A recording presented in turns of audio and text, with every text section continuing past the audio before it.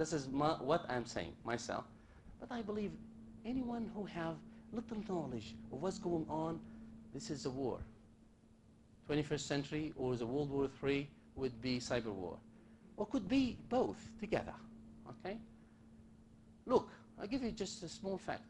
Just recently, in March 11 to 14, 2008, war game, Australia, United States, Canada, United Kingdom, and New Zealand, they did war game, okay? What they did, they attacked each other, but, you know, in a friendly way, to see where are the weaknesses, how vulnerable, and try to make it more secure, etc. It's a very serious. Look at Australia. Australia recently, for the first time in, you know, Australia, it's a huge country, small population, 21 million, less population than Saudi Arabia. It's the only Western country in the middle of Asia. So they're always afraid of China and India because of a huge population, or Indonesia, for example. So they always like have a good cooperation, and they rely so much on United States and United Kingdom. But for the first time in the history, because they saw what happened to Georgia when Russia attacked Georgia, and the United States and the Europeans, they couldn't help Georgia. So the first time they said, okay, we're gonna rely on ourselves, and we have to have a huge, they're very strong in military in the region, but this is $100 billion for only the Department of Defense, and that's in the budget. It's a big money for the cyber warfare. This is what I can tell you. And that was the 3rd of May 2009. Just recently, this was released in a white paper. So now, last two topics. Most of Western countries are investing heavily in cyber warfare. Actually, not only Western countries, Asia, China, India, all the countries. Question, are we prepared in Saudi Arabia and in the region? And from here, I'm officially calling on the Saudi government to prepare themselves, invest heavily in cyber warfare. Not to attack people, just to defend themselves and the region. Especially Saudi Arabia, as you know, it's a very important country in the Middle East. Thank you very much, and I appreciate your patience. And now we open for the session for a question. Thank you.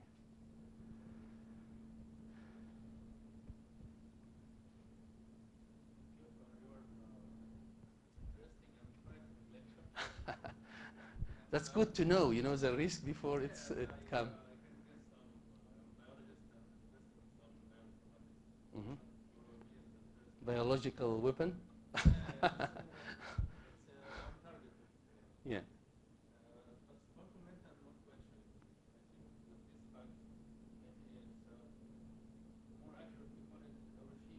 Mm-hmm.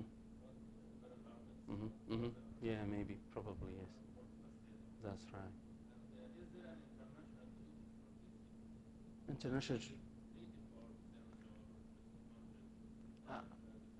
I believe because it become very serious, there's a lot of cooperation at official and public level, as well as confidential level. Because no one tell you, I have this weapon and does this and that.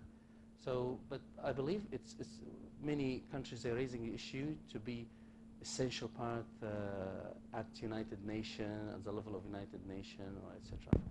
I believe so. Yeah.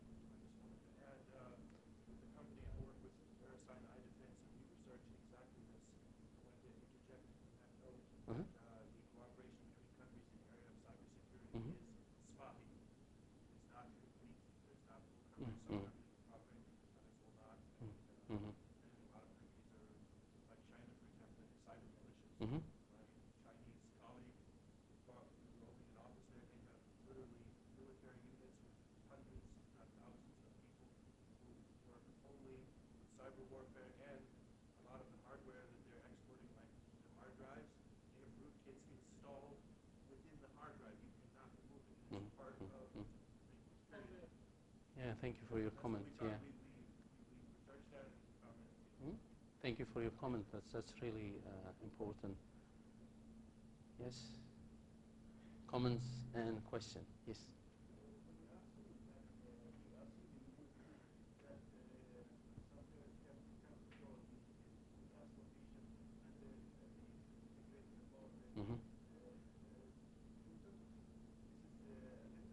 Exaggeration?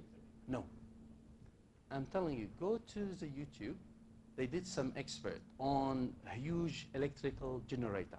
Because look, do you believe, even in Saudi Arabia here, like, because everywhere, the electricity plan, how it works? Don't we need a network? Don't we need internet? Of course. How are you going to, even in a radio station, small radio station, people at midnight, they are asleep and the computer is working, like 24 hours radio. So all is linked and managed and organized using system. And you have many, you know, because don't think the power plant is just a simple power plant. For example, imagine, because you will have different sources to your room or your house. If one of them is shut down for some reason, you're not gonna lose the electricity because there's another sources. Who's gonna coordinate this? I'm just giving you a simple example. Everything computerized, everything using the internet and network. You can't, because imagine, like, you know, you can't have something without internet. Imagine in the war, like soldiers in Afghanistan and Iraq, they're linked to the base. They get in command. They have a plane coming. They have a boat in the seas. You have to coordinate. So how are we going to coordinate? You, me, supermarket. I'm telling you, this supermarket, you have more than 15,000 products. How do you know that this is a system? No, when you do scan the product, when you reach, for example, certain level, it sends a request to the supplier to send you something. We can't, human being, in this technology park, we can't rely on ourselves anymore. We have to have computers, we have to have network. So it's not exaggeration, believe me, yeah. And you can investigate more. Yeah?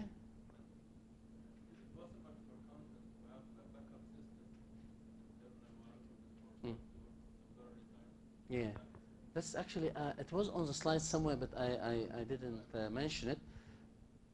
Look, from my personal view or opinion, I'm not the most experienced person in this domain, but I have some knowledge. It's very good practice and easy to have a bunch of IP addresses ready in case your infrastructure, your system is down, you have the IP addresses, and you have power plant, like, you know, simple generator, so we can just allocate the IP addresses to your system and come back again. Okay, so this is one of the advices. But it is a war between the bad guys and the good guys. And the bad guys, they are not just as simple as I said anymore, as our colleagues here, he mentioned, like, is organized. They have a lot of money and time and research to develop what is devastated like attacks. So that we have to prepare and develop a new thing. Other question, comment? Nothing? Okay. Thank you very much for your attendance. Thank you, Dr. Thank you to our interesting presentation. And also would like to thank all of you for attending this workshop. And I think no need for it. I would also invite you to be a member in our center through the website. You will get more information about all our future lectures and all activities. And we would like to build channels with you in the future, inshallah. And again, thank you, Dr. Samir, and thank you for all. Assalamu alaikum.